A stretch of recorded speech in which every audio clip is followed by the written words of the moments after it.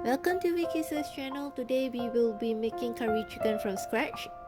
Last time I used to use a lot of homemade paste and premix to cook my curry chicken, but after that I've learned how to cook curry chicken from scratch.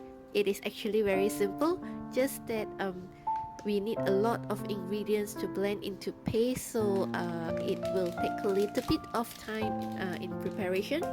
The things that we need to blend into paste is belancan.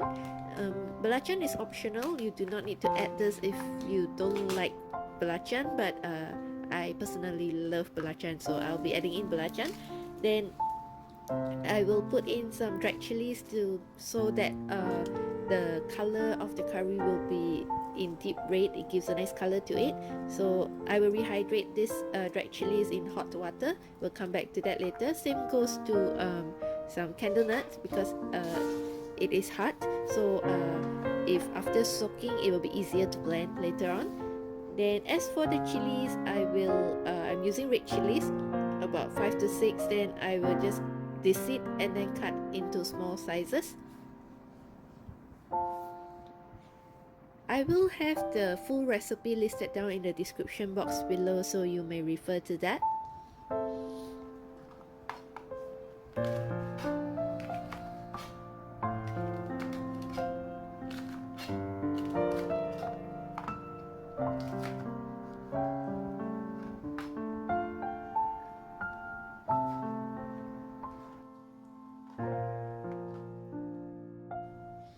Moving on, I will cut a thumb size of ginger. Just gonna peel and cut it into small sizes. Same goes to the galangal. Just peel and cut into small sizes so that it will be easier to blend in later. And I am not very sure how to call galangal in Chinese.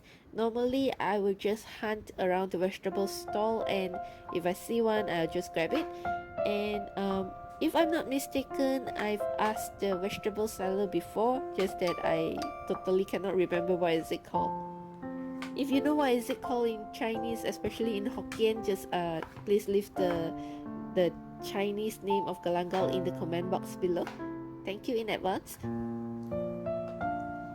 Then for shallots, I will peel the shallots. Then I'm using a small size shallot, so I will just gonna peel the shallots, not gonna cut it or anything. And when peeling shallots, it will release a gas and it will make the eyes sting. So I normally peel it under running water to prevent myself from crying. Else my kitchen is facing the lobby area where my neighbors will walk in and out. Later they thought my husband are bullying me, so I'm crying in the kitchen. So washing it in the running water, it prevents that. Then as for garlic, I'm using half a bulb of garlic. The same way, just gonna peel and then set it aside.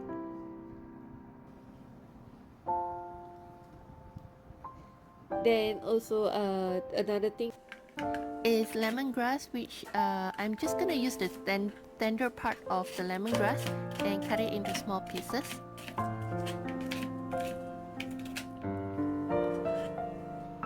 In this plate where I prepared the ingredients earlier, I'll add in the soaked candlenuts and also soaked dried chilies, which I have cut and deseeded. Everything in this plate will be added into the blender later, so just set it aside first. To cook curry, we definitely need a curry leaf, so wash and then remove the curry leaves from the stem and set it aside.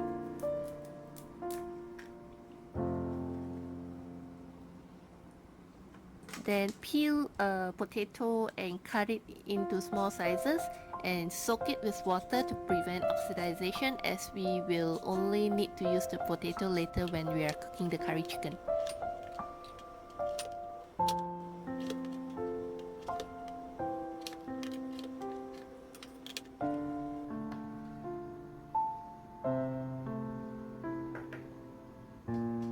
The last thing that we need to prepare is all the powder, which is curry powder. You can use meat curry powder or chili powder. I don't have chili powder, so I use meat curry powder. Then turmeric powder. If you don't want to use turmeric powder, you can use fresh turmeric. then coriander powder, cumin powder, and fennel powder.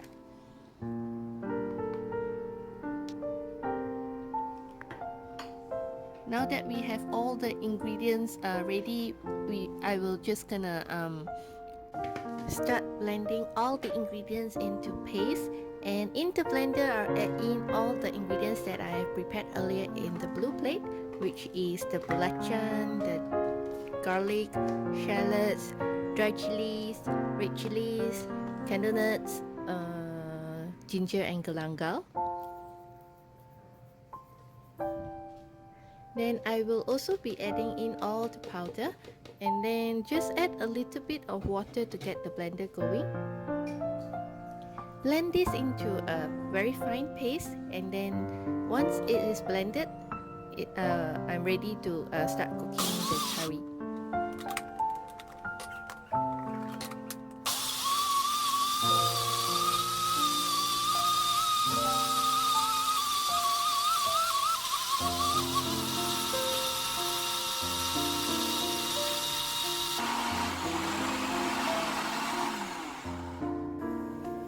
In the pot, I'll be adding in about 4 to 5 tablespoons of oil, and then add in the paste. Then heat up into medium-high heat, and tumi this paste until it pecah minyak. It is where when starting, right, you see the paste and the oil, it doesn't combine, so you need to cook until it combines and then starts to dry up a little, and after that the oil secreted out again. So when you see the paste starts to have a shiny glaze on it, then it is ready for the next step. Usually this takes about 10 to 15 minutes, and do make sure that you stir the paste often to prevent it get burned at the bottom layer of the pot.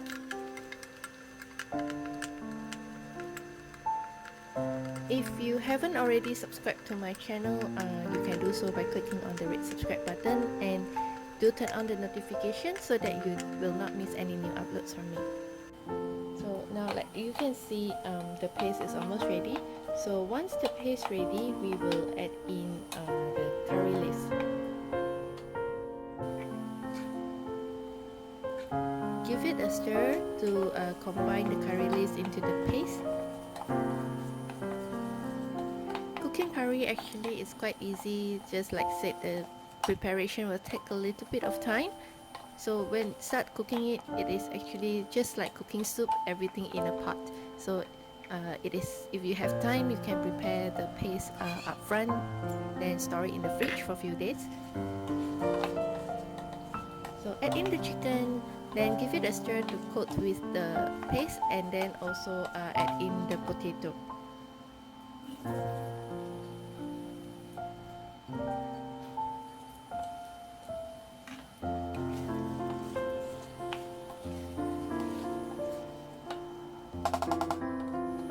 Then for water, just need to add until it covers at least 3/4 of the chicken, because later on when we cooking the chicken, more water will be secreted out, so we do not actually need to put a lot of water.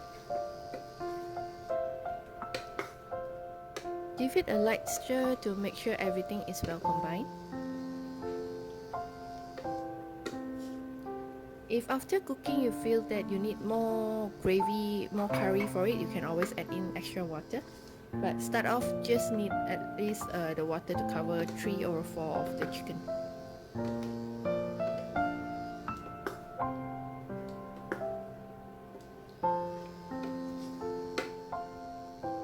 Then once everything is well mixed, just gonna boil this, bring this to boil, and simmer it on medium-low heat for 30 minutes.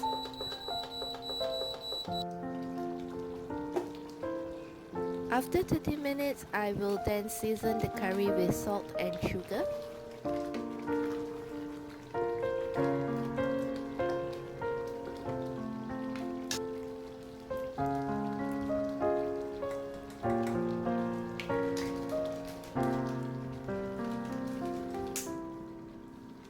Then lightly stir to combine the seasoning into the curry. Then close the lid, turn off the heat and let the curry sit for about an hour. This will make sure that the chicken will then sips in all the flavorful taste of the curry. After an hour, I reheat back the curry chicken to boil. Then I will then add in the coconut milk.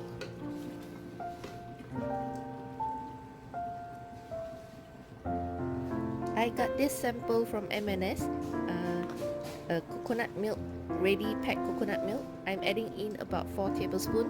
Depending on how much coconutty taste you want to have in your curry, you can add a little bit more, or if you don't like coconut, it's okay, you do not need to add in.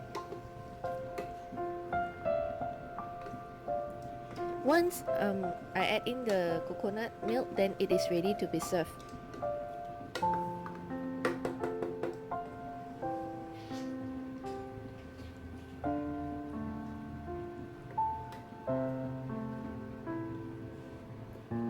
The curry chicken is very nice to go with nasi lemak or even toasted bread. I hope you like my video, and if you have any requests for simple home cooked meal dishes, you can leave your requests in the comment box below. Thank you for watching. Bye.